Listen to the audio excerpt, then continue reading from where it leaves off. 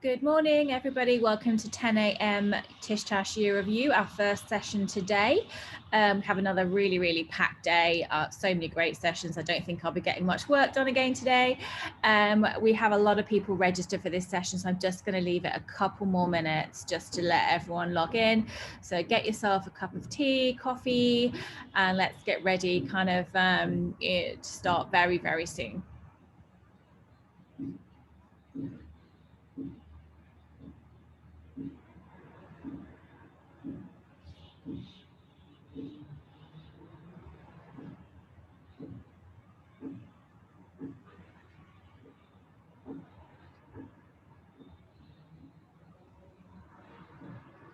I'm just going to give it one more minute and then we will be ready to kick off our session.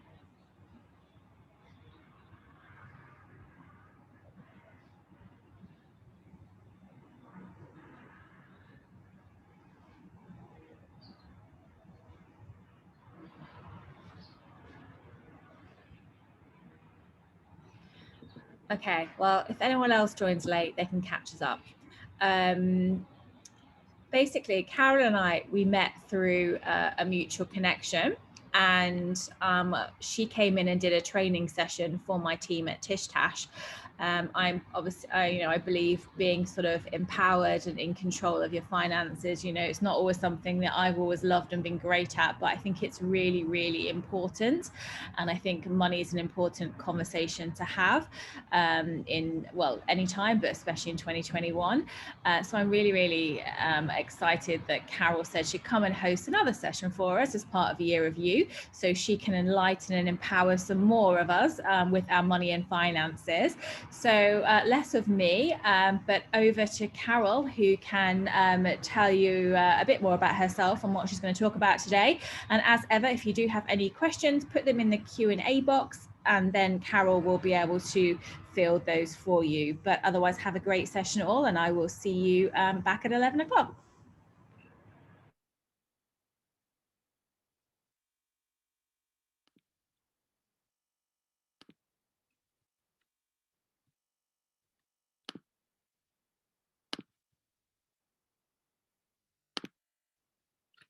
Hello, am I on? I hope so. You are. I am, and you can see my presentation? Yes, all is good. Great. Wow, that worked very well. Okay, hi everyone. Thank you for attending. I know finance is not always the most kind of or perceived is not always the most interesting topic. So I guess one of my things is to hope to change that, and you come away thinking that it's a positive thing, it's interesting, and I'd love to hear your feedback at the end. So as I go along, I will check the Q&A box at the end of each section. So drop your questions in there and I'll answer them as best I can. And then hopefully we'll have a time at the end as well if we've got more questions. I've quite a lot of content, so I will keep moving as fast as I can. So again, thank you for being here. I think just quickly, I'll give a brief background as to who I am and why it is I do what I do before we get into the finance talk. So who am I? I am Carol Glynn. I am the owner of Conscious Finance Coaching. I am an Irish chartered accountant, and in a feels like a previous life now, but up until December 2019, and the 19 years leading up to that, I was in your corporate finance world, very traditional accounting world, trained at Big Four, and literally, you could write the book, almost a textbook, Big Four into industry, and ended up in most recent roles as like regional chief financial officer for large multinational companies. Had an amazing career. I really couldn't fault. I mean, as a woman, as a mother, I'm 11 years in the Middle East. So the majority of my career has actually been in the UAE, between Abu Dhabi and Dubai. And I really have to say I've been blessed. I've been really lucky with the opportunities that I've been given in one company. I just want to put it out there as well. It's not all negative, but in a very male-dominated industry, which finance tends to be, I was really well supported. I was lucky with who I worked with, so it's very important to choose who you work with, to the point that I was given promotions while I was during 2 pregnancies. So there is hope in the Middle East. Women can do well. But that aside, I decided back in December 2019, like that, I had these amazing roles. I was surrounded by really interesting, supportive people. That kind of position is well paid. So financially, we were doing very well, but I wasn't fulfilled. I didn't love it. And especially in my last role, which really ticked all the boxes for what I thought I should want. I had little or no travel. When I did travel, it was to interesting places like Iraq and Mozambique, or to the US, and usually towards the end of the year, which was nice for Christmas shopping. And I had a good work-life balance. I was well paid. The company was fascinating, and I didn't love it. And I just thought there's something wrong. You know, I'm ticking all the boxes from a career perspective, but I'm not joyous when I wake up in the morning and think about going to work. So I took some time out and thought about what it is I wanted to do and what I love about my job and what I don't like and what I wanted to do with my life. Maybe that was my version of a midlife crisis, I don't know. But what I did is I sat down and I thought about all of those things. And that's where conscious finance coaching came about. And why I do what I do is I am passionate about empowering women. So I very much focus on women in my business. I do have male clients. I do have couples. But my real passion is to support women, and I'll get into that a little bit later, why that is. I do love numbers. I am an accountant. Maths is my thing, so please forgive me for my grammar. It's not my strong point. And I do love numbers, and really what it was, I love working with people, and I love solving problems, helping people solve problems. And this job allowed me to do that. But really what it was is what I realized in talking to, and I think Tasha alluded to it, a few minutes ago, is that we often feel quite negative about our finances, and especially as women, and we don't talk about it enough. And it's such a massive part of our life when you think about it. Money is such an impact in everything that we do, in our relationships, in what we can do with our lives, and some very often, like me, in the jobs that we choose. And as women, we tend to shy away from it. We ignore it. And I'll get into that in a second in kind of some of the things that my clients say to me. And I just felt passionately that this is something that I can do to give back and help people enhance their lives while also doing something that I love. So win-win. So enough about me.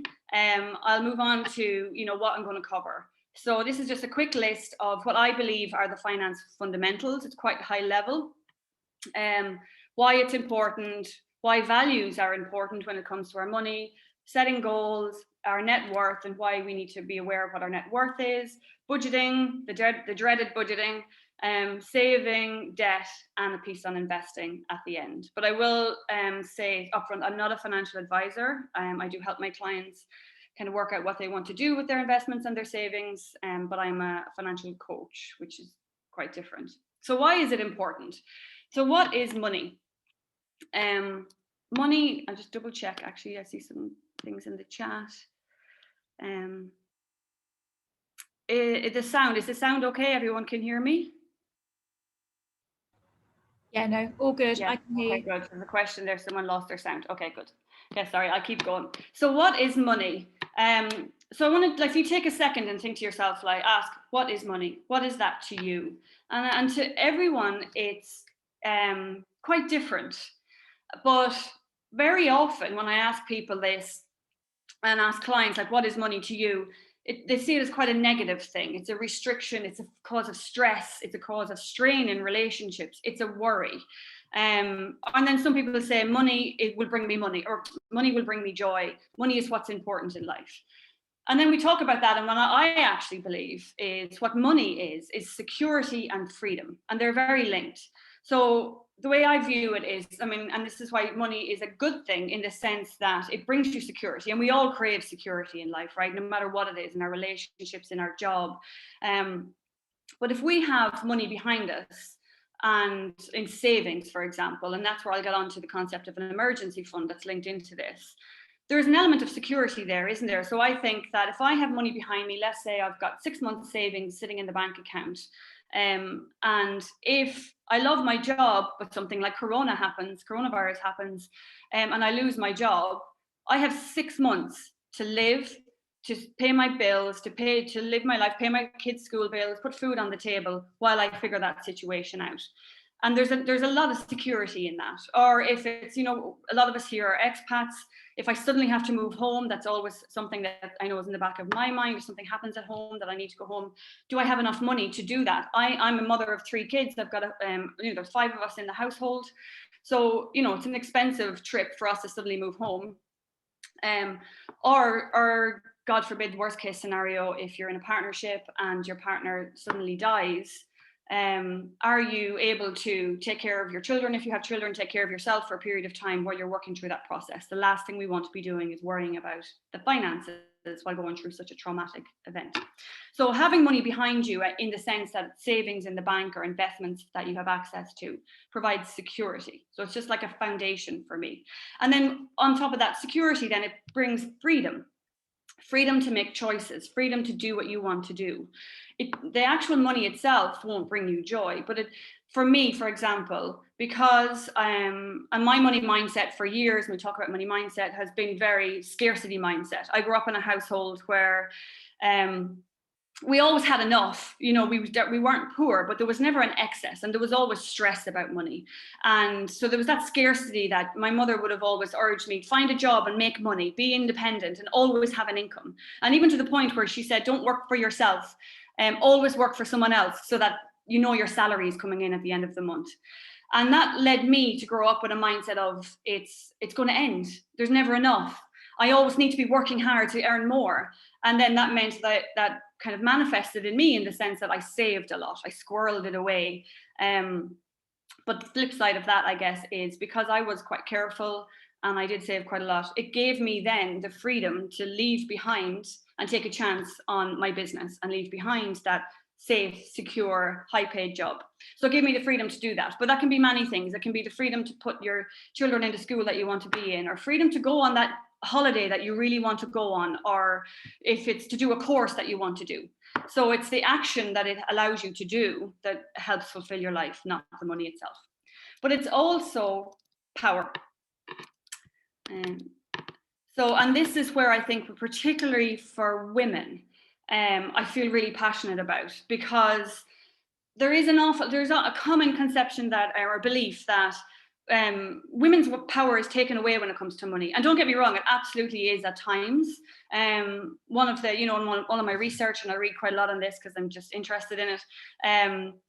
One of the kind of hardest statistics I came across to really accept, I guess, or to feel, was in the case of, we talk a lot about emotional abuse, domestic abuse, physical abuse, and they're widely talked about concepts, but we very rarely talk about financial abuse. And financial abuse is when someone takes away, sometimes in relationships, the abuser in the relationship will take the other person's salary away, or will limit their access to the bank, to the cash.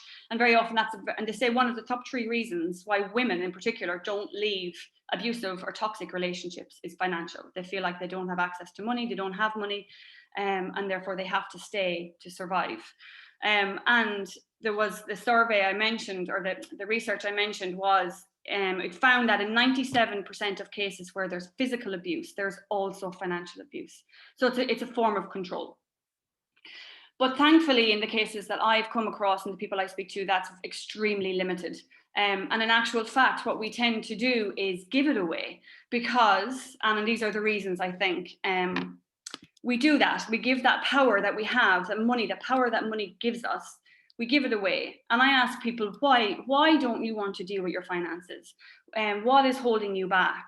And this one is the number one thing people say. And it breaks my heart every time. I feel stupid. Because they say, I feel stupid, I don't know what to do with it.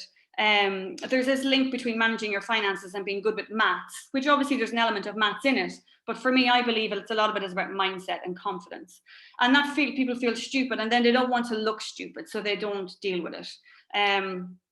And also very often, sometimes they have tried to get assistance before and it hasn't gone well. And naturally then that knocks your confidence even more. My partner is better at it, so they just let them do it. And this is a common one I hear from couples where, and it's not always the case, I have couples where the woman is the one driving the finances and she actually wishes her husband would step up and, share the load a little bit. But more often than not, it's the reverse. And I have the male partners say to me, you know, I really wish that she would get more involved, because it would give me security and confidence that, God forbid, if anything happened to me, she knows what to do with the finances. She knows where the money is. She knows how to manage the day-to-day kind of things that need to be done to run the household, so that that's taken care of. And then even just not having that stress at that really difficult time. It intimidates me, so I ignore it. And one frustration I have is that the whole finance world seems to be overcomplicated. And if you're a conspiracy theorist, you might think there's a deliberate in that, because then that forces you to go out and, you know, have people tell you what to do, and they make a lot of money out of that. And it is intimidating, and very often, and women tell me, because it's an extremely male-dominated world, it is intimidating when they already feel stupid, they feel overwhelmed, and then it's hard to go and ask for help.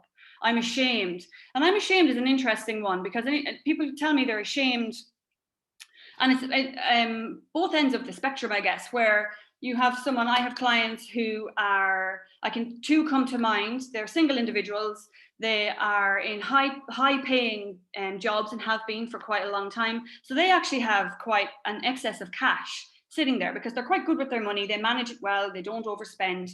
But they're ashamed because, one, they feel they should do more with it, and also they feel guilty. There's that guilt kind of associated with this shame of, I have money when others don't, and I feel bad about that, and I feel bad about going asking to say, can you help me do more with my money? And then the other end of that is where people have a lot of debt, and they find themselves in a situation where they have high credit card bills, and they're ashamed of that. And I want to say here, like, there is a lot of shame, there is a lot of judgment attached to that, especially when it comes to debt, because people say, well, how did they do that? I mean, that's just, you know, stupid. Well, I'll give you an example. I have one lady who, again, high-powered job, very, very well paid, very well educated, but she found herself in a relationship, in a marriage that she knew wasn't good. And what she did was, she ended up, to get out of that marriage, I won't go into the nitty-gritty details, but basically, to get out of that marriage, she had to max out her credit card to allow herself to do what she needed to do to leave. So then she had to spend 2 years with an extremely expensive debt to pay that down. And she was ashamed of that fact, that she had that debt. But what we worked through is that she did what she had to do to better her life, and she immediately took action to resolve it afterwards. There is no shame in that. She did what she needed to do, and she used what was available to her, consciously did it, and then got herself back on her feet financially as soon as she could. But she felt ashamed, which I think we shouldn't do. And I think we also need to understand people's circumstances before we judge sometimes. It's so complicated, and it can be complicated. I mean, it can be, but the sooner you start, the less complicated it would feel. I'm no good with numbers is a common one. I don't know what to do, and I'm worried. That sense of overwhelm. It's boring, and yes, sometimes it can be boring. But so can go to the gym, and we know the benefits of that. And so can be, you know, eating healthy. Sometimes it might not be as exciting as having a burger and chips, but we know the benefits of it. So in the end, too many women in particular say these things. I get that from men as well, but generally it's women. So I'll just quickly fly through this one, kind of the male-female experience, because it's just something I'm particularly really interested in. So why do men and women generally feel different about money and finances and investing? So from my research, and this is from books and studies and talking to people, and even my own personal experience, and this one for sure, that men, and this seems to be across the world and across cultures, generally men are encouraged to invest. Boys are told, you know, make a lot of money, provide for your family, invest that money. And they talk about investments, and they talk about how they can generate a passive income, and they talk about that. Whereas women are encouraged to save. Now, my mother was very independent and was very obviously conscious of making me independent when it came to money, but she told me to save. She told me, keep a little bit aside for yourself, just in case, you know, if you ever need to leave, you have money behind you. And that probably fed into my thing of always having that money just in case. But no one ever talked to me as a girl about investing. And that's how very often women tend to be more likely to save, and men are more likely to invest. And maybe this is part of the reason why. In this survey, 37% of men said that they learned to invest in school, while only 27% of women said that they did. Now, to be honest, both of those numbers are way too low. That should be 100%. Then 31% of men said that they associate fear, anxiety, inadequacy, and dread when it comes to money, whereas 47% had those feelings when money and finances were mentioned in women. Men are generally more comfortable with risk. I don't know why that is. It just seems to be a generalization than women are. On this one, I think 81% of women who were in this research said that they experienced negative stereotyping when it came to finances. And I think most of us have had that. Like, I've had my situation where we got a mortgage a few years ago. Like I said, I was a regional chief financial officer at that time. It was 100% on me. The mortgage was in my name, on my salary. So they knew that I was an accountant, they knew I was a CFO, and they knew that it was my salary that was paying for the mortgage. But when we spoke to the brokers and the agents and whoever else, they talked to my husband. I mean, and my husband used to laugh and say, you're losing us here, because if you don't talk to her, then you're at nothing, basically. But I just found it really interesting. So it doesn't matter your credentials, it doesn't matter what situation you're in. There is that, for some reason, when it comes to finance, there is that tendency to lean towards the man than the woman. And then that can be, if you're already, I mean, it's okay for me because I had that confidence to stand up for myself and point that out. But if you're someone who's already feeling stupid or ashamed and overwhelmed, and then you have this experience, it can be difficult to come back from. But interestingly, women tend to manage the personal and household spending, yet we're unlikely to be involved in family investing. So we're very good at managing the day-to-day, paying the DIWA, paying the electricity, paying the phone bills, managing the grocery bill. But anything kind of longer term than that, we tend to shy away. Okay, so enough about what I find interesting facts. Hopefully some of those maybe resonated with you. And it also kind of drives why I do what I do, because I want to help women who are in that column under the female experience, and hopefully help do my contribution to increase those numbers to more positive numbers and take away that fear and inadequacy and shame and everything from money. So values and goals. So values to me is huge when it comes to money. And very often people say to me, I get this kind of, what's values got to do with my money? And I think more and more now, I think in the world, people are linking, values with so many parts of our life, more so than when I was growing up. I think the first time someone asked me what my values were was as little as 10 years ago. And I remember sitting in the chair being completely like stuck, going, I don't even know what you're asking me. But now when I talk to people, they are more, thankfully, we talk about our values more and the impact it's having on our lives. But values and money to me is huge. And really it's because, and the example I give, I think, which kind of sums it up quite nicely for people is, when clients come to me and we have our 20-minute free chat, and I say to them about my process and how I work and why values is important. And I say, look, if you gave me your list of transactions from your credit card, say you put all of your spend on your credit card, and I got a list of transactions for your month, 2 months, and I know nothing about you. I'm literally just getting a spreadsheet with a list of transactions which shows me where you spent your money for the month. And I was to make a judgment on what's important to you in life, what type of person you are, and what your ambitions are in life. Would that be a true reflection of who you feel you are and what your ambitions are? And the vast majority, pretty much everyone, just goes, oh no, I'd be so embarrassed. No way, God, no. I wouldn't want you to judge me on that or making assumptions of me based on that. And I said, well, that's what it comes down to. So then why are you not putting your money where your values are?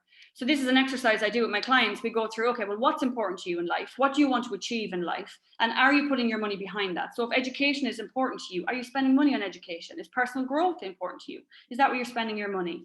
Is travel important to you? And it doesn't matter what it is. It could be, everyone's are different. And this is why Elvis Presley is probably a bit random when it comes to finance, but I really like this quote where he says, values are like fingerprints. Nobody's are the same, but you leave them all over everything that you do. And anyone who's done values works will know that if you're not living within your values, it's very hard to be happy. And when we link our values to how we behave and our decisions, then life kind of comes together a bit easier. And it's the same when it comes to your money.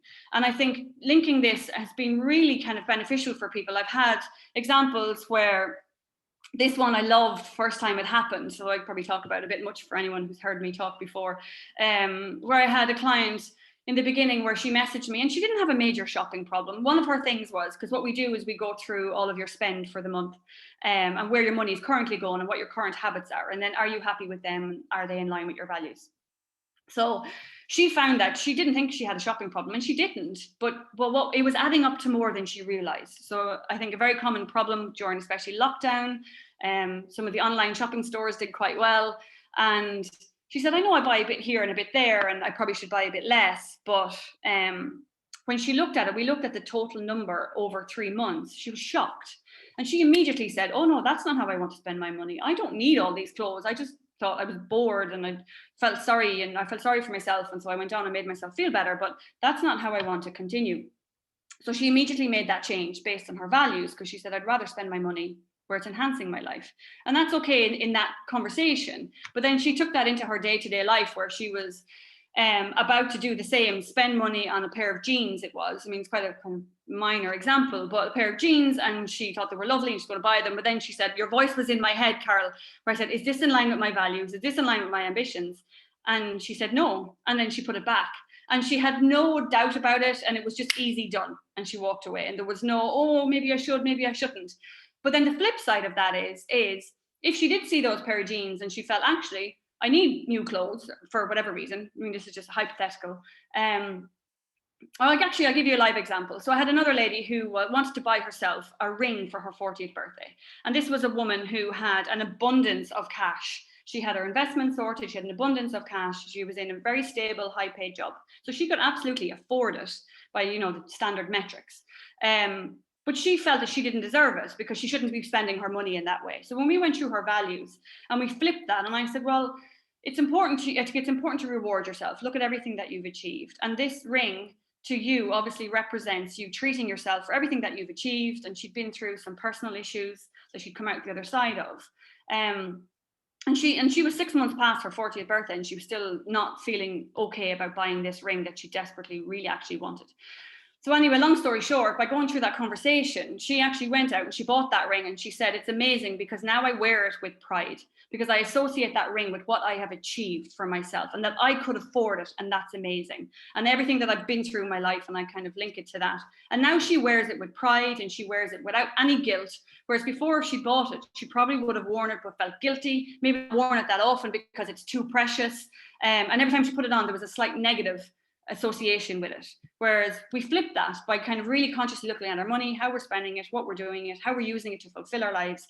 And that's 2 examples of purchases, but it could be anything. Hopefully that makes sense.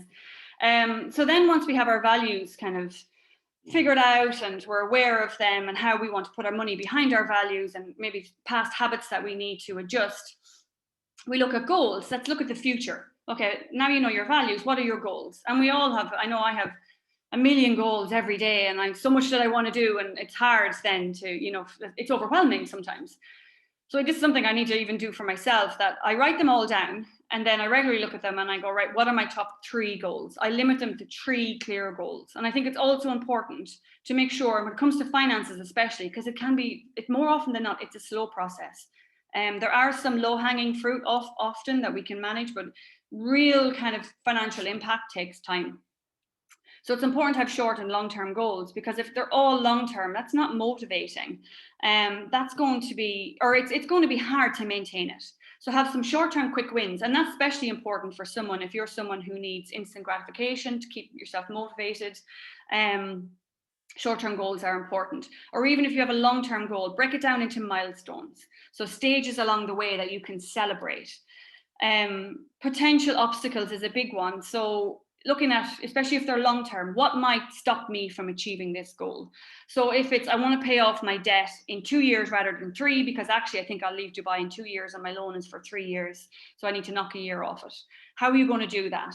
More often than not, you're probably going to have to stop spending in some other areas to be able to put that money towards your loan. So what would cause you to not have that extra or stop you doing that? And a very common one in Dubai, and I think it's because very often, especially when we come here, socializing is so important, because we need to find our community, right? And how do you do that? Very often it's socializing, joining groups, and all of those have costs attached to them. And it's very easy to just go out here and have beautiful meals. And we were very lucky, especially at the moment, we are quite free in what we can do. And a common one I get, especially from kind of my clients in the kind of mid-20s to mid-30s age, is that like my social life very much revolves around going out and brunches and things like that. And I'm afraid of the impact that will have. And my advice to them is always, well, you know what, talk to your friends, tell them what you're doing, and you'll have one or two reactions. Tell them why you're doing it, because I want to do this for my future. I want to do this for myself, and I want to, these are bigger plans that I'm trying to do. And it's not personal to them. It's nothing that you don't want to socialize with them. It's just that this is a change in my life and I have a goal that I want to achieve. And they will either completely relate to that and go, that's amazing. And very often people say, oh, wow, I actually feel the same, but I wasn't brave enough to say it. So let's do something different that doesn't cost money or costs less, or I won't basically get angry with you if you won't come out with me when we normally do. Or the other side is sometimes people do react quite badly, but when they see you achieving, more often than not, they will eventually come back and say, oh, wow, I see what you're doing. Show me how you did that. So that's one example. It can be so many different things. Just think about what your obstacles are and plan for them as best you can. You can't plan for everything. None of us could have planned for 2020 and what happened. But we can only do the best we can with the information that we have. And rewards, and again, this is going back to your goals and having milestones, especially if you're someone who needs kind of gratification to keep going. Have a reward for that milestone if it's a long-term goal, or have a reward for your short-term goal. So if you're lucky enough in your short-term and you think you can pay off your debt, clear your credit card in 3 months, then have something that you're going to do for yourself, guilt-free, to reward yourself for that when you do it. And that can be anything from, I'm going to go and take a day off work and lie on the beach for a day. Excuse me. Or I'm going to buy myself something nice that I've wanted for a while. Literally personal to you. Whatever will keep you motivated, something that you want or you would like to do that you wouldn't ordinarily do for yourself, or you might feel guilty about doing for yourself because of your financial situation. Write that down, keep that in mind, and hopefully that will keep you motivated. I'll just check here on the chat. Okay, so knowing your net worth. And all of this is the kind of foundation setting, I think. When clients first come to me, this is about like, okay, it's almost like that mindfulness things. Let's bring us into the present. Let's see where we are right now, and then we can go forward from there. So knowing your net worth is a massive part of that. And very often I get like, net worth, that's for really rich people, right? What's my net worth? That's for high net worth individuals. Well, and I disagree. I said, no, we all have a financial net worth. And it's about what we have right now. And if you don't know what you have right now, well, you can't pat yourself on the back for what you've achieved, or you don't have clarity to know, oh, actually, I've got a negative net worth financially. So I need to start working towards that. And also, it's a very motivating thing, especially if you are in either way. If you're in a negative net worth position and you one of your goals is to flip that into a positive net worth position, and then you see every month when you do your review, you see that number going in the right direction. That's motivating, right? It's like when you get onto the scales, if you're on a diet and you see those numbers coming down, in that case, you want the numbers coming down, then it's motivating to keep going. It certainly is for me. So it's like having that kind of gratification of what I'm doing is working. So what is your net worth? Net worth is what do I financially have to show for all my hard work? So having an income is great, and it is everything, obviously. Like, I mean, we need an income, we need money to keep going. But it's almost futuristic, and it's also uncertain, especially in certain areas of the world where it can be very easy to lose your job. Other countries, it's a bit more stability. It's harder for companies to let people go, but it's also something you're going to earn in the future. So that income focuses us on what we earn, whereas net worth focuses us on what we have already, our assets, our investments, our financial achievements.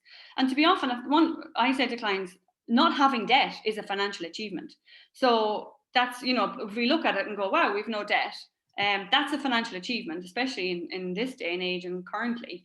But also if you have any assets, whether you even have a car that's paid off, or some people have artwork that gets passed down to them, or they've invested in an apartment that's ideally in positive equity, or if you have started investing already. So that's what have you done financially with your income? And that brings to, security. Again, it comes back to security. I have this. It's not what I'm going to earn next month when I get paid. It's what I already have behind me. And then the higher that net worth, the more secure you will feel. So like for me, what I do is I list out everything, our assets, our liabilities, and the higher that number, if I get worried about money, it helps me because I look at it and go, no, it's okay. I have it. This is tangible. This is something that I can sell if we needed to, if the worst came to the worst. And it also gives me a sense of achievement. Look what I've done with all those years I slugged in corporate finance that I've left behind. But look, okay, it's okay. It's all right. I have done something with that money. And yeah, so that to me brings security. And like I said, it also helps keep us motivated. So once you know that number, and then you can set a goal for what you want that to look like, update it every month, it's going in the right direction, then isn't that motivating? So yeah, it focuses us on what we have rather than what we make. Because I think very often, this is another thing, we focus a lot on what we make, and just kind of going back into the kind of mindset and the associations with that, with money and people. And what I've found is, and it'd be interesting to hear if anyone thinks different or feels different, but there's very often an automatic sense of respect for someone who earns a lot of money. And what that sometimes can cause in people is if they feel they're not earning a lot of money or not earning enough to be respected, then that has a very negative impact on their self-worth, on their self-belief, and on their happiness. Whereas I work with clients and I say, I really want to work towards separating your money from you. Because what I'm worth and what I earn is nothing to do with the type of person that I am and my values and how I behave and how I treat people and what I want to do in my life. Obviously, I mean, I would love to be wealthy. And that's important to me because I want to provide for my family and I want security. I'm a big one I'm very kind of, security is a thing for me. But it doesn't mean I'm a good person or a bad person. It doesn't mean I'm more respectable or less respectable. And this is a common issue within relationships, where I've had someone recently come to me and she said, my partner, we've been together, I think it was 3 or 4 years. He's younger than me. I know I earn more than him. And I don't want to tell him. He has no idea what I earn. And she actually said, and my job's less important than his. It's like, oh my goodness. So she was putting herself down. She was feeling insecure in the relationship because she felt that her job wasn't as worthy as his, which made her feel less worthy. She earned more than he did, and she was feared that would have a negative impact on their relationship. And well, we talked a lot about how, having the impact that's having on her relationship, but even those secrets and that unknown and those projected fears, but also for herself, why was she so conscious of it? And she admitted, she said, well, what I earn, she very much linked to her worth. And I do feel very strongly that we should absolutely not judge ourselves on what we earn. We shouldn't judge ourselves regardless, actually, but we shouldn't put our net worth based on what we earn, our income, put our net worth based on our income. Okay, so I could talk about that for hours, so I'll keep going. But this is just an example of a net worth calculator for anyone who's visual. So this would be like, this is a random example of what, you list your bank accounts, any investments that you might have, any credit card or loans, and then one minus the other tells you how much your financial net worth is. So if you were to sell everything, clear all your debt, how much money would you have left afterwards? Which I think is an important one for many expats, because very often we're in that country for a period of time and plan to leave. So what will we leave with? And this is a good calculator for that.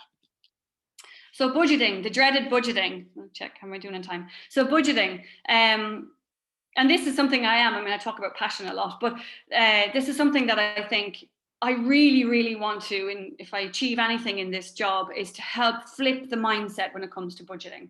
Because budgeting, I've yet to meet someone when I say, okay, let's do a budget, and they go, yay! Everyone's like, oh God. And I say, what does budgeting mean to you? And I hear words like restraint, restriction, judgment, shame, failure, and lack of joy, and for me, I understand 100% why it feels like that. And that's from like years of finance in business to also like personal finance.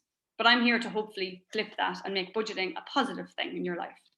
So common money issues that I hear from my clients, and this kind of leads into why budgeting is important. So an inability to save money. And this is when people feel like, I make a good income. I don't, very often, very common one I get is, I make a good income. We're not crazy spenders. We don't go out to brunch a lot. I don't go on crazy holidays. You know, the traditional things that people assume why you don't have money left at the end of the month. But it just seems to be slipping through my fingers, and I don't know why. I just can't seem to save. I'm in debt and can't seem to get out of it. I overspend. I don't know how to invest. I don't know where to start is a very common one as well. So to me, I say, okay, they're very, very common money problems that I hear from people, but they're not the problem. It's the symptoms of a bigger problem. And that is because we can't see our money clearly. So when I hear these things from my clients, I say, okay, well, do you ever budget, in the sense that, do you ever plan for how you're going to spend, or do you ever look back on how you have spent? And more often than not, I get, yeah, I tried it, but I didn't stick to it, or I did it for a few days and then it's just boring and I didn't, and I tried it, I didn't stick to it, is generally the most common response, or I don't know how. Or they're in fear of it. I'd hate to see it. So, because it's been associated with financial nakedness, is what some of my clients say. It's like, you're asking me to be naked in front of you. So, and that's how vulnerable people feel. So we can't see our money clearly. How can we know what's happening with it? Because, you know, people come and they say, oh, well, I know I spend a bit here and here, and I have a general kind of, it's always this in my head, I kind of vaguely know, I'm pretty sure I know where it's going. But if you don't put it down on paper or on the dreaded spreadsheet, then you can't really know. And it's like anything in life. If you don't have the facts, then it's very difficult to make informed decisions. So what are budgets in that sense? So budgets to me are about accountability. I'll come back to that one. Knowledge, planning, and clarity. And clarity is the biggest one. It's about knowing where your money is going for certain. So you know exactly what's happening. You are clear.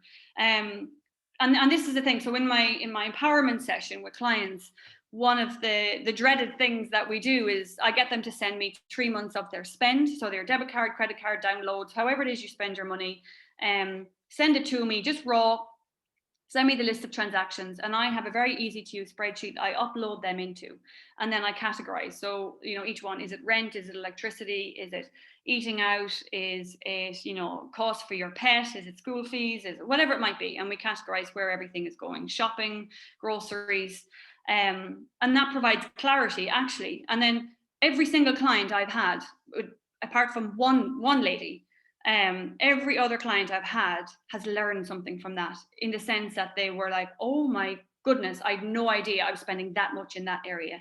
And it can be even things that they didn't know was coming out, so they weren't actively monitoring their credit card statement. And I've had quite a few in a particular bank who are being charged an insurance premium they never remembered agreeing to, didn't even know existed. One woman, that was 400 dirhams a month. That adds up over 2, 3, 4 years, adds up over just 2 or 3 months.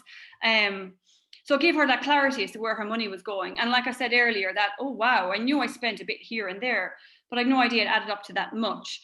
And small amounts, it's amazing how small things add up. Like the coffee is a notorious one, buying coffees every day, and I'm notorious for it. I love my coffee. I'm coffee obsessed, especially at the minute. But another one is takeaway, and it's frivolous, but I joke, and honestly, if I could buy shares in Deliveroo, I would buy shares in Deliveroo. And people are shocked at how their odd takeaway, they feel like an odd takeaway maybe once or twice a week, how that actually adds up. And that comes back to the values piece. They immediately go, that's not where I want to spend my money. If I'd known it was that much, I wouldn't have got a Deliveroo so often, or I wouldn't have gone to the coffee shop so often. And I'm happy not to do that if it's putting my money towards my values, towards my ambitions in life. So they're low-hanging fruit that can be very easy. But unless you have the clarity, you can't know to make those decisions. And it's about planning and planning your future. It's almost like a manifestation tool, in my view, where you say, right, what do I want to do with my money? And let me map out roughly how I'm going to get there. And then it's just a plan. It's not a restraint. It's not about, I'm not the person. Like I say to clients, if you're looking for someone who's going to come in and say, do this, you shouldn't have done that. Where did you spend that money? I'm not that person. It's about, okay, these are the current habits. It's where it's going. How do you feel about them? any changes you want to make? Is there anything you want my professional opinion on, where I think maybe if you tweak this here and there, okay, how do you feel about that? Will that fit into your life? Will it bring positivity to your life? Because if it's going to cause major restraint and stress, then we're not doing it right. Now, you will have situations where if you have a lot of debt and you really need to start paying that off, you obviously will have some restraint, because if you're overspending in some areas, or if your income is just not quite covering your current lifestyle, then yes, you're going to have to reduce. But we need to find it in ways that are motivating, and find it in ways that it's for a purpose, it's having a reason, and there's an end date to it. So we do calculators. If we pay this amount every month to pay off that debt, you'll be debt free in whatever it might be, 6 months, 10 months, 18 months, it might be 3 years. But again, it's about that clarity, that knowledge, that purpose, that goal, so that when you do feel like you're a little bit like, oh, I'd like to spend that money, but I can't, you've got a bigger picture of why you can't. And hopefully that's motivating and doesn't feel restrictive and miserable.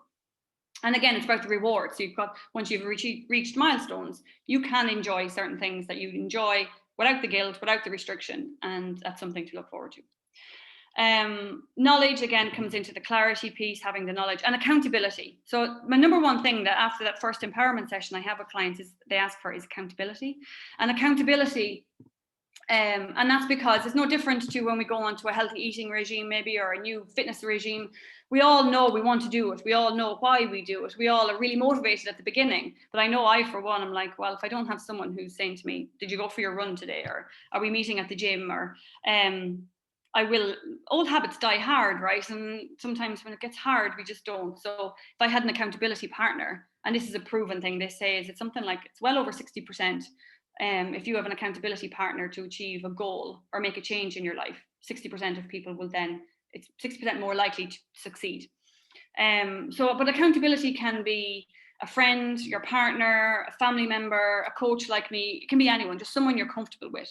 But actually, even with doing this exercise of going in every month and looking at where you're spending your money, putting into this spreadsheet, and it filters up where exactly your money went, there's self-accountability there. Because if I'm in a shop and I think, oh, I'm going to spend a large amount of money on something, and I know that I'm going to have to answer to myself at the end of the month, if you're the type of person who is, good at self-accountability, then that's, you think, right, will I be happy in 2 weeks' time that I've spent this money? Is it worth it? Do I need it? Is it in my values? Am I going to be annoyed in 2 weeks? Probably. Then I'm less likely to do it, because I know I'm going to have to answer to it to a certain extent. So I'll quickly go through just budgeting. It's a tool, and this is it. It's not restraint. It's not judgment. It's not a negative thing. It's a tool to enhance your life, to enhance your financial position. The first thing I would say is get organized. Very often with clients, they sometimes don't know how to get into their banking system, or there's bits here and bits there, and it's overwhelming. It's like, if you want to try and, I find I'm shocking at cooking. And if I do decide to cook, I need to have everything ready on the counter, because if there's anything missing or I don't know, I just give up. I'm like, oh, this is too much. But that's me and food.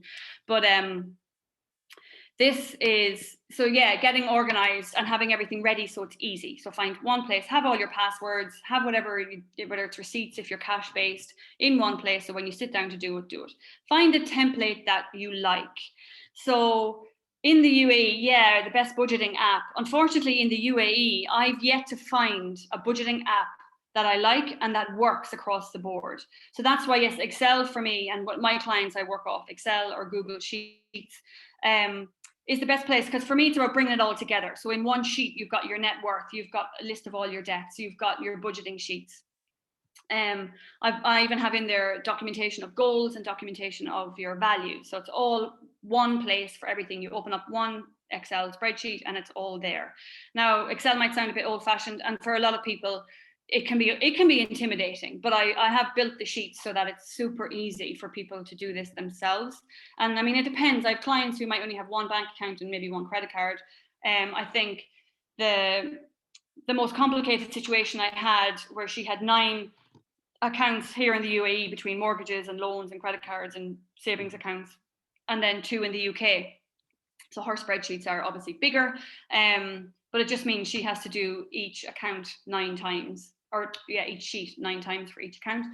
But the process itself is straightforward. But what I would say is find a template you like, and that's the thing. Don't make it complicated. Go on Google and say, if you Google budgeting, personal finance budgeting, you'll get millions of hits.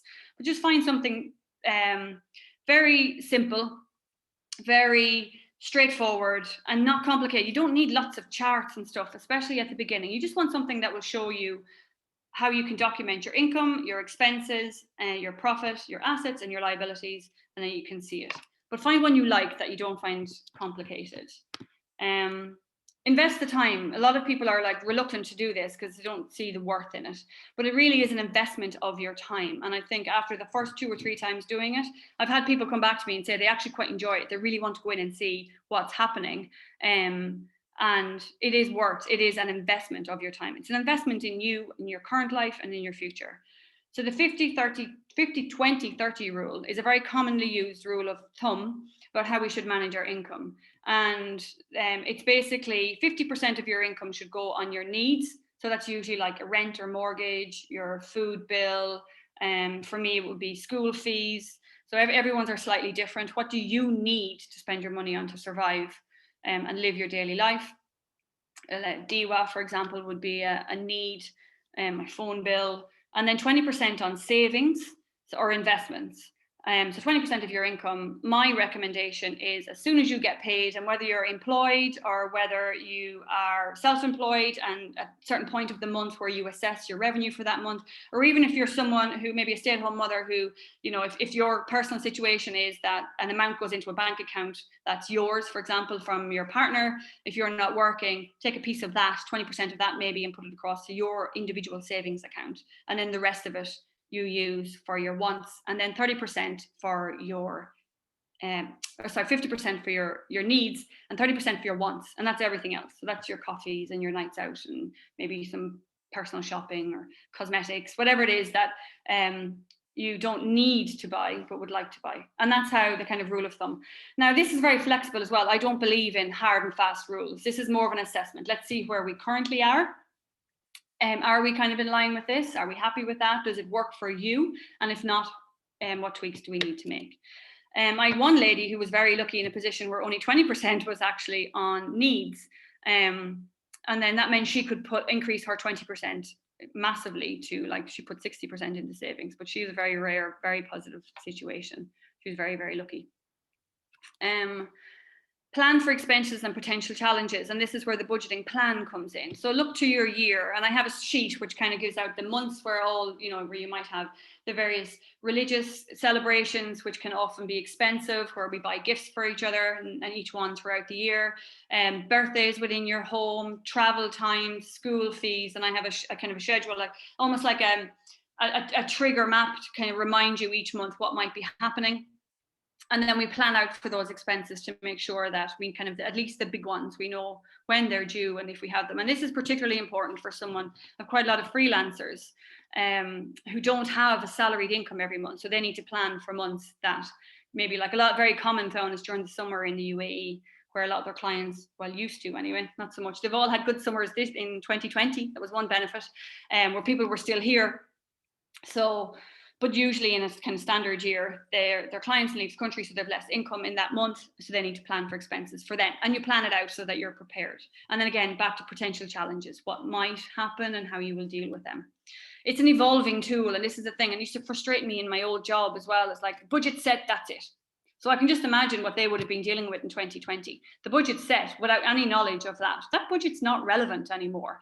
I mean, some companies might be fine, but a lot of companies, it's just not physically possible. It's not possible, no matter what you do, maybe, to drive that revenue anymore, because the business, if you're an events company, for example, you shouldn't be punished because you didn't reach the targets that were set in a budget when in maybe September 2019. And it's the same when it comes to your personal life. Look at it every 6 months and go, is this still true to the situation I'm in now? Maybe you've had a salary decrease. Maybe you've had a salary increase. Maybe you've had an expense come up that you didn't realize that you would have to be paying for the next 6 months. Something come up with one of your children, for example, that you now have an expense for them that you didn't foresee. Adjust your budget. So then, because otherwise it's not motivating, right? It's not, and it's not realistic. It's not serving its purpose. It has to serve the purpose of to get you to the goals that are relevant to you and within your life. And again, back to the accountability piece, I think I talked about that earlier. So I see some questions here before I move on. Yeah, the best budgeting app. There is quite a few internationally, and there are some here, but if you've got a few different bank accounts, I personally think it's too, because you end up having a few different ones. For me, it's about bringing it all together. And then, yes, so Excel, finding a really basic Excel sheet and using that. So it's easy, quick, simple, but gives you information that you need. And what do you advise to keep an Excel? And yeah, if you have partners, I do advise people to share their financial situation with each other. And that can be a process to get to, because very often we do have a lot of very different mental blocks against that. Sometimes it's giving up my confidentiality. Sometimes it's that financial nakedness. They just feel like, oh, I'm way too exposed. Sometimes it's insecurity about, like that lady I talked to, she says, I know I earn more and I don't want that to ruin our relationship, that he'll feel insecure. Rarely they do. They're just, but that's our fears projecting on others very often. I think, but for me, is it safe to have it on a shared drive like Google Drive? The sheets that I use has no personal information in there. It's just a bunch of numbers. Like, I don't put in my bank account. It's just my income and my expenses. And for my net worth, it says the bank, it might say the bank name, but it has investments, it has my car, it says car, and what I believe my car sale would be. I have a property in Ireland and it just has Irish house and the number. So there's very little, if anyone was to take that spreadsheet, I mean, they couldn't even identify me to it other than the fact it's in my Google Drive, but it wouldn't have anything that they could use against me to, for fraud, that I believe. Okay, so savings. So like I said, 20% is the rule of thumb. The more, the better. But if that's only 1%, my advice is to start. It doesn't matter how much it is. It's like anything, it's exercising a muscle. So if you can just put 50 dirhams away or $50, or if that's 5,000 dirhams, amazing. But whatever you can to start, just start. And then I guarantee you, once you start, that will grow. Well, naturally it'll grow if you keep doing it, but you'll be motivated. The more you see that savings number growing, the more you will want to do it and you will start putting more in. And also, my number one thing when it comes to actually the savings habit is do it first. Because if you think about it, if we, spend, and then at the end of the month, we just say, I'll put aside whatever's left. More often than not, there's very little left. And it's an age-old thing, and it's very, very common. Like, what we have, we just spend unless we have a purpose for it. So if you put yourself first and see it like that, this is investing in me. And so this is me putting it's almost like paying yourself first. Put that aside, and then the rest, it's amazing how we manage with what we have.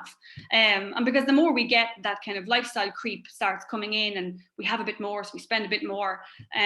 Whereas if it's not there for you to spend, you've already put it away, ideally in an account separate to your main bank account, so you don't even see it regularly, because you're not tempted then to dip into it and transfer it back. Then we can definitely, that habit becomes stronger and stronger. So when it comes to savings, though, the emergency fund, and for me, like, this is crucial if anyone's reviewing their financial statement, their financial habits and their financial situation, their net worth. Please, if you don't already have an emergency fund, make it your number one goal. And what is the emergency fund? There's so many names, and I actually don't like emergency fund, because for me it has negative connotations, as you might have suspected by now. I'm all about like making money positive, making finance, making money management positive. Some people call it their sanity fund, because like that's that security. A rainy day fund in case anything happens. A walkout fund, but there's not so polite versions of that, which I won't mention here. But there's basically an off fund, and what that is, and that I think is for people who aren't particularly happy in their job, where they say, do you know what, if it comes to a point where I hate my job so much and I really need to leave, I've got 3, 6, 9 months, whatever it might be that you decide makes you feel secure, of my expenses, my monthly expenses multiplied by the 9 months. I have that aside behind me, so if I am miserable, I can walk away and I've got time to figure out what it is that I want to do. How many months are needed? This is very personal again. So if you were someone, they say a minimum 6 months, but the kind of rule of thumb is 3 to 9, maybe more. So if you're someone who is single, is in a very stable job, and you don't have plans, if you're in the UAE, for example, you don't plan to leave anytime soon, in a rainy day fund or your sanity fund, 3 months is probably enough. If you don't have a lot of debt, you don't have responsibilities, your money is your money. 3 months is probably enough to have there, and the rest then you should invest. Whereas if you're someone like me, and I am quite risk adverse, I have a mortgage here, I have a house in Dubai, which luckily is always rented, which is great, or in Ireland, which is always rented, which is great. But I also have 3 children who have schooling, and schooling in Dubai is expensive. And for me, if God forbid anything happened, either me or my husband, and our income stopped, the last thing I want is for my children to have to suddenly not be able to afford to go to school or do their activities or move house, and it's just extra uncertainty and change for them that they shouldn't have to deal with at that difficult time. So for me, it was 9 months. I felt, and even back in the day in the career that I had, probably could take 6-9 months, even a year, for me to change jobs, because the more senior you get, the less jobs they are, the longer it takes. So that made me feel secure, and that made me feel like I was protecting my family. But again, it's very personal choice, and that's something that I would go through with clients and go, let's look at your particular situation, your responsibilities, and also your mindset. What makes you feel good? Again, as I said, it gives you security, freedom, peace of mind, and reduces your stress. Because if you're always worried about, well, I can't quit this job because what will I do? I need money. Well, I can quit this job because I've got 6 months of salary, or be it salary that you choose, but 6 worth of expenses that I need behind me. I've got time. Okay, maybe I can do this. Or even if you're someone who doesn't like debt and you've got a mortgage, you can say, oh, well, no matter what, I've got 6 months of my mortgage that I can pay if the worst happens. And 6 months is quite a long time to sort myself out.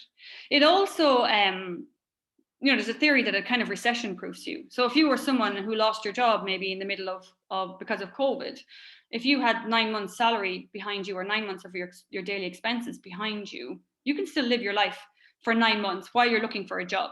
And most of us would rein in, especially during COVID. We can't do a lot. So actually that 9 months of expenses from a normal day to day would actually be a lot more, because you would spend less. You'd probably go out less. You would probably spend less on clothes or coffees or whatever it is that you used to do before, even some activities. A lot of it we can't do now. We can't go on holidays, so we would spend less. So that money would actually go further. So in a sense, it kind of recession proofs you as well for that unpredictable event. Liquidity is a question I get a lot. Should I invest it? Should I not invest it? Because if it's sitting in the bank account, then it's wasting money, right? Yes, it's not earning money, that's true.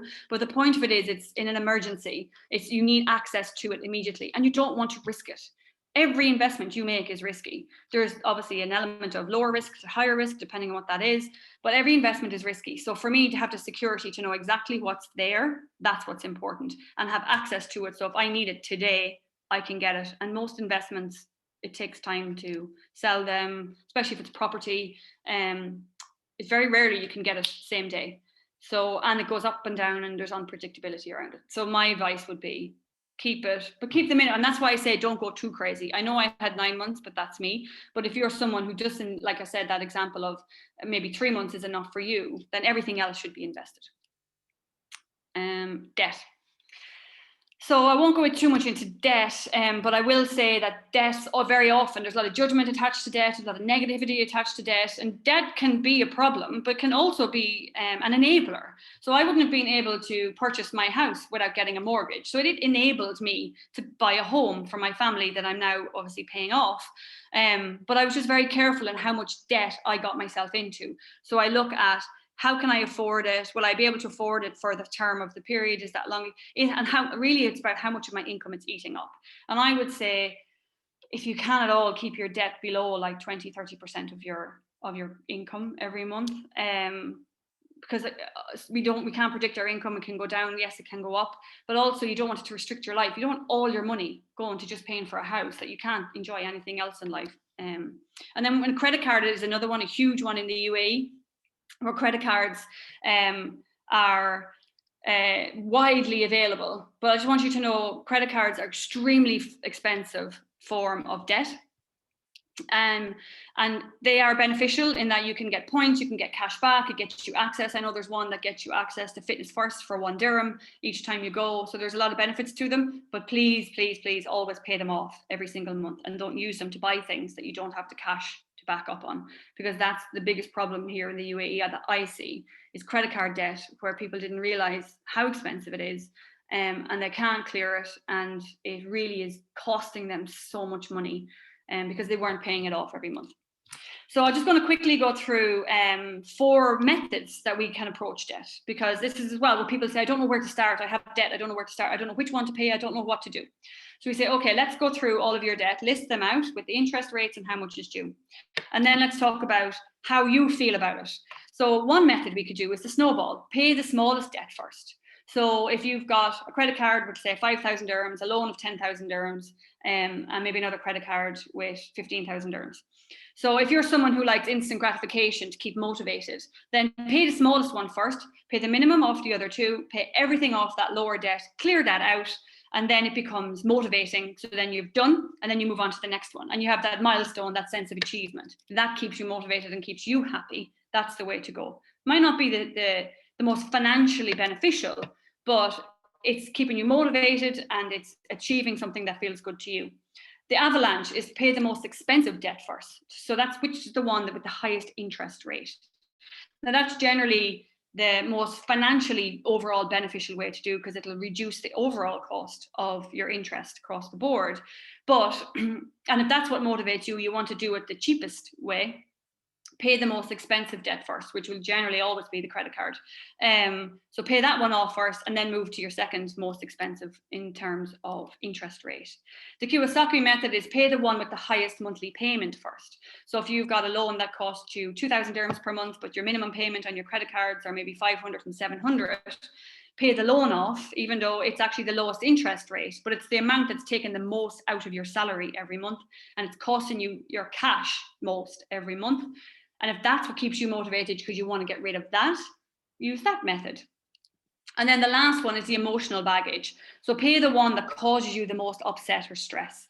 And this can be you fell out with the bank, or it's something that you just really regret. You wish you'd never taken that loan, or you wish that you know that credit card has costing you a lot of money, and it's actually that it's so stressful that you got yourself into that situation. Pay that one first.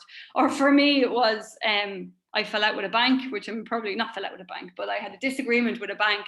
The personnel were just not very professional, and even anything to do with them just irritated me. The mention of their name just irritated me. They were so unprofessional, and really, actually, if it was any other country, it would have been illegal what they're doing. In my home country, it was illegal to what they were doing. So I just wanted to get rid of them. I just wanted to clear out what I had with them, because emotionally it just irritated me to mention their name. But that's another issue. So that would be something I would focus on. Might not be the financially best. It might not be in fact at interest rates, or it might not be the highest amount, but it's one that bothered me the most. So I focus on that. So investing, I think this is the one that people generally are most interested in. And anyone who was at my Tish Tash talk before, I have expanded this. So hopefully this is more new information for you. And let me just see the questions. Yes, where to invest. So hopefully this will help. Now, I will say, like I said earlier, I'm not a financial advisor. So I'm not here to tell you invest in this, invest in that. And I'm certainly not here to sell you products. What I am hoping to do is empower you to make your own decisions and maybe provide some education and answer some questions. Because I know investing is where people mostly feel overwhelmed when it comes to money. So first of all, what to know before you start investing. So your why. And I say, very often people come to me, I need to learn to invest. Can you help me invest? And I say, why do you want to invest? Because I should. Well, we should do a lot of things in life. I mean, we probably should eat healthier food, we should exercise more, we should spend more time with our children, we should work less. There's so many shoulds, and everyone's should is different. And yes, we should invest. It's a financially savvy thing to do. It's a financially beneficial thing to do, usually a wise thing to do. But also you need to understand why you want to do it. What are you trying to achieve? Is it for your retirement? Is it for you to just make enough money so that when you leave the UAE, for example, you want to buy a home when you get there in cash without a mortgage? Is it because you've got, like me, you've got 3 children and are terrified of school fees are bad enough, but what about university fees? Why it is, because that's going to keep you motivated, and it's also going to drive your risk level. So what is it you're trying to achieve by investing? So think about that, talk about that, and once you've decided that, look at what's your risk tolerance. Like I said, I've said a few times, I'm a pretty low risk person. So if I was putting my money in something that was deemed high risk, it's not going to benefit my life. It's going to cause me sleep. And investment should be providing security, should be providing you with a sense of achievement, and a purpose to achieve your goals, not costing you sleep and not costing you worry. And that's one, and the risk tolerances, because there's so many, I'll get into what types of investments there are. There are pretty low risk investments. There's no such thing as a zero risk investment. And if anyone tells you there is, run. There is zero investments out there that are not risky to some extent. Some are more risky than others. And we'll talk about that in a minute. So asset types, and this is where it is. So many asset types, but these are the main ones. So stocks, which I think most people are, and that is where you buy shares within a company. And that can be a group of stocks together, or it can be individual stocks. So you might decide, I want to buy an Amazon because they're doing really well at the moment. Or some people say, oh, well, actually, this company is not doing well, but I believe they will in the future. Therefore, I'm going to buy it now when it's cheap. I'll buy stock in that company and then hope that the price will go up. So there's stocks, and that's generally in income, or in companies, individual companies. Fixed income, so bonds, and that's essentially you're loaning money to someone, to a company usually, and then you get a fixed interest rate for that. So you invest, say, 100 dirhams, and the interest rate at the minute on bonds are tiny, so let's say it's 1%, and then for your 100 dirhams at the end of the term you will get 1% back. That's a fixed income that you know what you're going to get. They're very old school, reliable, probably the lowest risk investments out there. Properties, where you buy a home, buy a house, or buy an apartment, whatever it might be, buy some real estate with the hope that it will rent and then you get money back every month for that, or with the hope that the value will go up so that you end up selling it for less or selling it for more than you purchased it for. And that's your investment. That's how you're going to make your money, either through the return on rent by getting rent every month, and eventually what you paid for it, the rent accumulated will outdo that, or when you sell it, you get more money than what you paid. But then obviously that can go the opposite way. There's a lot of talk about negative equity at the minute, where people's houses are worth less than what they paid for them. Commodities, so that's where minerals, fossil fuels, crops, that gets a bit more complicated. And they're very, very heavily traded, which is something I shy away from very much, but it's a type of investment you can consider. And then foreign currency, so buying and sell, you think, I'm going to buy dollars today because I think that it's going to go up in value. Therefore, when I'll sell it in 6 months' time and I'll get more dirhams back, or not dirhams because it's pegged, bad example. I get more euros if you're buying in euros to dollars. I get more euros back in 6 months' time for what I paid. But that's predicting, and it's gambling, right? I mean, it's all gambling, but it's very unpredictable, foreign currencies. Investment income. So this is all about, knowing before you start, what are you looking for? Do you want an income every month? Do you want interest? So then maybe bonds are good for you because you want that solid interest. You know exactly what you're going to get. And that's what you get from there. Another one is dividends, which comes from stocks. So you need to look at your investment and see, I want an income, I want dividends. Does this company issue dividends? Not all companies issue dividends, and not all issue them regularly if they do. So look at the dividend policy of the investment that you're making, and will they regularly pay out dividends, and do they generally pay out a lot or little, or what's their policy? Will that meet your requirements as to what you're trying to achieve with that investment? Capital gains generally applies to real estate, where, like I said, if you buy it today for like 100,000 dirhams, we wish, but 100,000 dirhams, and you sell it in 10 years time for 200,000 dirhams, your capital gain then is 100,000, and that what you're looking to get. So you might not get any income on it in that time if you don't plan to rent it. But be very careful with that, because even buying cheap property, if you want to rent it, make sure that you look into the rental market in that area. And then rents, if it's rent that you want, so you're buying your property, do you want to get rent? What is that rent? Like I said, is it good rent in that area? Because there might be periods of time where you have no rent in it, and can you afford to pay the mortgage if you're doing another mortgage? And if rents is what you're interested in. And then royalties is where you have basically created something and someone pays you to use them, which is very kind of rare for most of us. So time impacts the level of risk as well. So if you are a 20-year-old and you plan to live until you're 95, you've got time. So then you can probably be a bit more risky with your investments because you've got time to make up the difference. If you are 55 and approaching your retirement age and you haven't started investing yet, then so you might be told you need to go high risk because high risk is generally more profitable. You get more return, but it's also high risk. You might lose it. My advice would be go more towards the bonds and what do you call exchange traded funds, which are a bunch of equities together. It diversifies. So exchange traded funds are amazing in my view. Have a mix of those two and be quite safe because you don't have time to make up a huge loss. But also if you're like, if it's for your children's school, so what age are your children? When do you need to start paying them? Okay, do you have 10 years? Do you have 20 years? How long do you have? And then that will impact what you want to invest in and the level of risk that you're likely to feel comfortable with. Fees is a big one. And this is one that I am really quite strongly passionate about as well, is that the more middle people you have, the more it's going to cost you. So, and the less people involved, the better. Use that money to invest, not pay someone else's fees and their commissions, which is the most difficult one. And then buying and selling, understand how much it costs you to invest, how much it costs you to sell. So if you have a house, for example, in certain areas to sell it, then you'll have tax on your capital gains. So how much is that going to be? Recently, I heard about a new thing in the UK where actually buying a house, there's a tax on buying a house if you're an expat.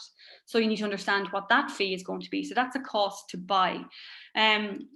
And if you have a brokerage platform, how much are they going to charge you every time you invest? So you need to understand those charges so you know how much money you have to invest and shop around and get the cheapest deal if you're getting the same service. Financial advisors. So obviously there's a lot of experts out there. My advice would be very, very careful who you go to with financial advice. Try and find a regulated location to do this if you're going to do it, and try and find someone who's charging you a fee and is not working off commissions. Because if you think about it, if they're charging you a fee, they're working for you. If they're working off commissions, they're working for the investment company. So and for themselves, because they're working for money they can earn. And if they sell certain policies or investments, they get more money. Whereas, and not necessarily have your best interests at heart. Whereas if they're charging you money, it doesn't matter what you invest in, really. They would be more motivated to make sure that you're getting the service that you are paying for. And then do it yourself. Honestly, it's not that complicated. There's an amazing book out there called The Millionaire Expat by Andrew Hallam, which I'd highly recommend. And I would say get your hands on that book. Read it before you do anything. And there's also a Facebook page called Simply FI. I'll probably put it in the comments. Simply FI. And it's actually a non-for-profit organization. There's some really great supportive advice in there for new investors, long-time investors. Very sensible advice. I would say those two things as well before you start. And then there's the whole socially responsible investing is a new kind of trend where people are putting their values behind their investing. So if you don't if you're sustainable energy, you can select investments that exclude companies that are not sustainable, using sustainable energy. Or if you don't if you're very anti-weaponry, for example, so you can select some stocks that exclude that industry, oil and gas, if you can exclude that, whatever it might be. There's many options up there, so it's really evolved. So this is the last one, I think. Questions to ask yourself when investing. I'll just quickly go through this and leave more time for questions at the end. So risk. So when you're actually coming to the time, right, I'm about to invest. Remember your risk tolerance. Is this investment in line with my risk tolerance? Is it going to bring me a sense of, yes, I'm really comfortable with this, I'm happy with it, or is it going to keep you awake at night? If it's going to keep you awake at night, don't do it. It's not worth it. Diversification. So my opinion is you should have, here's the should again, but my advice would be have a portfolio that has equities, bonds, property if you're interested in it, and if you're willing to put the work in when it comes to rental and maintenance and you've assessed all the costs like that. and diversify it. And even if you just have equities, diversify it to global. So there's some great exchange traded funds out there. And this is what I personally do. When it comes to equities, I have one fund that I invest in, and that fund invests in, I think it's up to 100 different. So it has all the big names up there within that fund. It has Apple, Facebook, Amazon, all the big ones. But it's 52% US based, and then the rest, 48%, the rest of the world. So I'm not dependent on one company. If it crashes, my money's gone. I'm not dependent on one market. If the US crashes, then my whole portfolio value is decreased. Because usually one part of the world is doing well. I mean, coronavirus is a different slant on it, but in normal terms, one part of the world is doing well, the other part is probably maybe not doing so well. And if you've got your hand in all pots, then you're going to balance out. And everywhere goes up and down. If you look at the cycles of countries and companies, they go up, they go down. And the more diversified you are, the more protected you are from those peaks and troughs. And so then when you're like, for me, I have my portfolio and I do, let's say, for example, you've decided that you're going to do 20% bonds and 80% in equities, because I'm quite young, I don't have many responsibilities, I've got time, I'd like to go slightly more risk. So the bonds are 20 and the equities are 80. Then if I have some extra cash I want to invest, what will I invest in? If I invest in equities, what's it going to do to my diversification? Is it going to push me to 90-10, or is it going to, keep me to where I need to be? So just review your diversification, how impact it will have every time that you make an investment. The income, like we talked about, will it provide the income that I need? Am I more interested in the value, the long-term value, or am I interested in an income right now? My advice would be is focus on the value, and actually any income you get, reinvest. So if you get a dividend, use that dividend, immediately reinvest. And that's where compound interest comes in. So you keep reinvesting what you're getting back from your investments. So you get interest if it's a bond, reinvest it. That's more shares. The next time you get paid interest, your baseline, your base investment is higher, so you'll get more interest. Even if it's still 1%, but it's 1% of a larger amount. And that's compound interest, and that grows and grows. And I'll show you a chart in a minute to the impact on that. Liquidity, if I need to sell it, how quickly can I sell it? Property, highly illiquid. Shares tend to be very liquid. So when do I need it? My sense of security, even if I want to sell it, how can I do it? Fees and charges. What does it cost to get in and out of the investment? Like I said earlier, the tax implications. So if I sell this investment, what are my tax implications? Even holding it, is there a tax implication? And when to start? Now. There's no better time than now. And it doesn't matter what age you are. Ideally, if you're 20 years of age, definitely, start now, even with, and it doesn't matter how much, even if it's just 100 dirhams. This is the impact that it has. So the quicker you start, the more you will earn, because it's about that compound interest. Like I mentioned, it's about making your money work for you, making your money grow more money. Because if you have, say here, for example, we've got Jack who invests at 20 and he invests $200 per month, or 25, sorry, and he contributes a total of $96,000. Look at how much it's worth when he reaches 65. And that's because he invested and then he reinvested, and the interest, and that interest is growing interest, and that double interest is growing even more interest. And then the difference here, like if you're Jill and you start at 35, it's the latter part that compounding really makes an impact. And that's why the sooner, the better. So I will just quickly go, I see there's some questions here. Let me see if I can get them. Oh, wow. Yeah. So someone's recommending, is this to everyone? Yes. A good book there, which I must look up. Yes. Investing for a Sustainable Future. I like the sound of that. So there's a book recommendation. Oops. Let me just see. I'm trying to find the rest of the chat.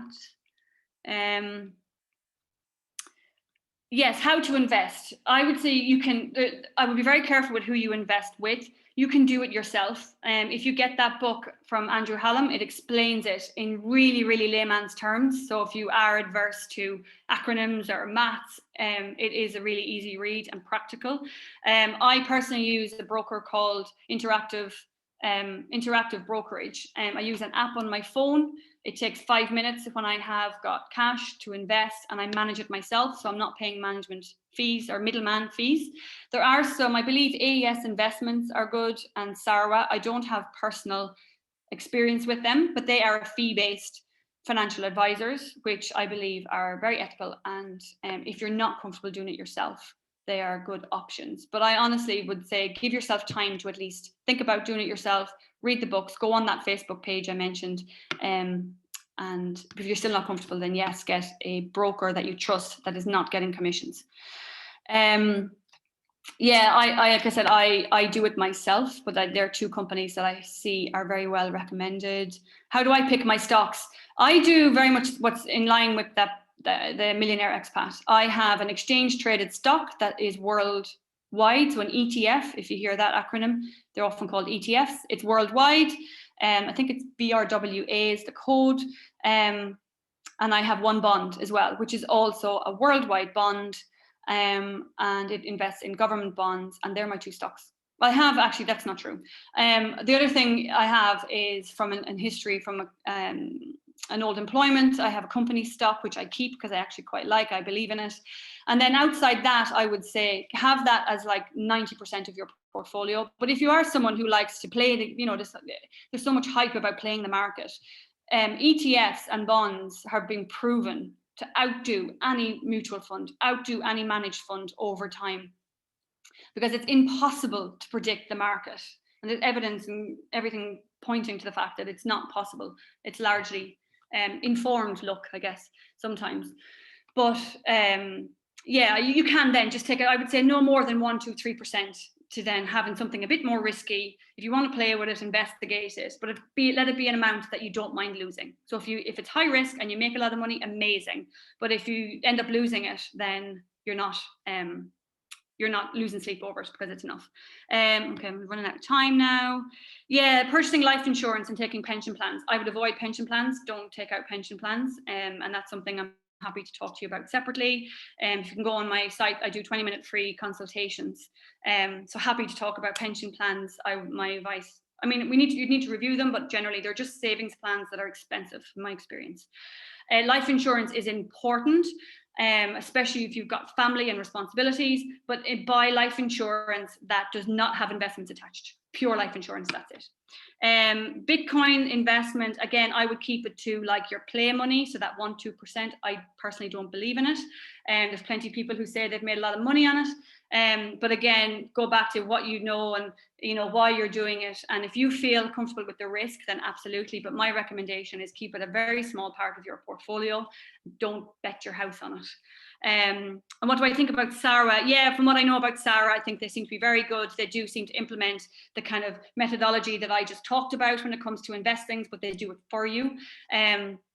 I don't have first-hand experience, but I believe they've got a very good reputation. And eToro, I don't know. I think that's an app, is it? I can't comment, sorry, on eToro. I don't know that one. And I think there's more questions in the other place. Sorry, Tash, I'll quickly go through these. Oh no, I think that's all of them. Yeah, I think that's all of them. So any other questions, honestly, I'll give you my details now. Please do send them to me.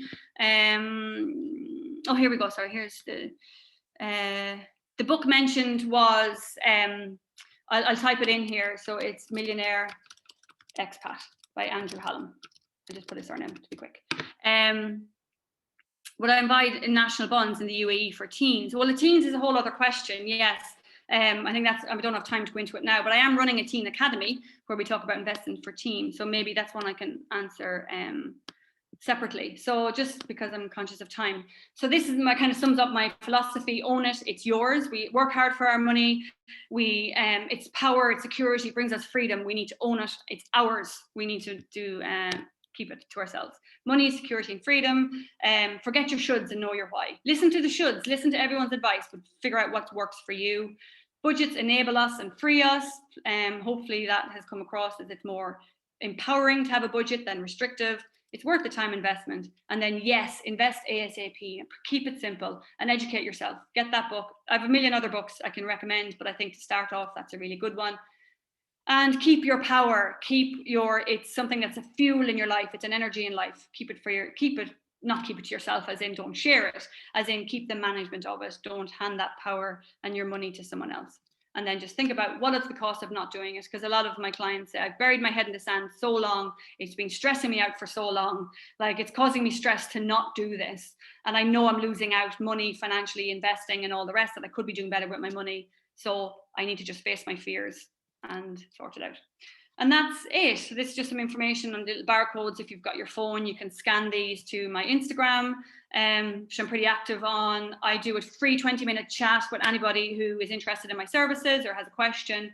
If you scan that, the link is there, but it's all over my social media. And then I'm about to launch my newsletter, which will have regular tips and talks on finances. And if you're interested in that, if you scan that with your phone, you can sign up. And that's me. Sorry, I think I'm a minute over. Sorry. Hopefully I answered all of the questions. Tash, should I hand back host, or do I need to? Hello, that was amazing. Thank you so much. I think all of us got plenty from that. As ever, please do contact Carol if you've got any questions. She's very quick to answer on her social. Or you can drop a line to me and I'll pass it on to Carol. But thank you so much for that hour and a half. It was really informative. I really appreciate you giving up your time to do this for us. My pleasure. Thank you for having me. Hopefully people enjoyed it. But yes, get in contact. I'm always happy to talk. It'd be great, as you can probably tell. Thank you, Carol. And for the rest of you, we have a little bit of a break and then we'll be back at 12 o'clock with our next session on year review. So hopefully we'll see lots of you very soon. Thank you and take care, everybody.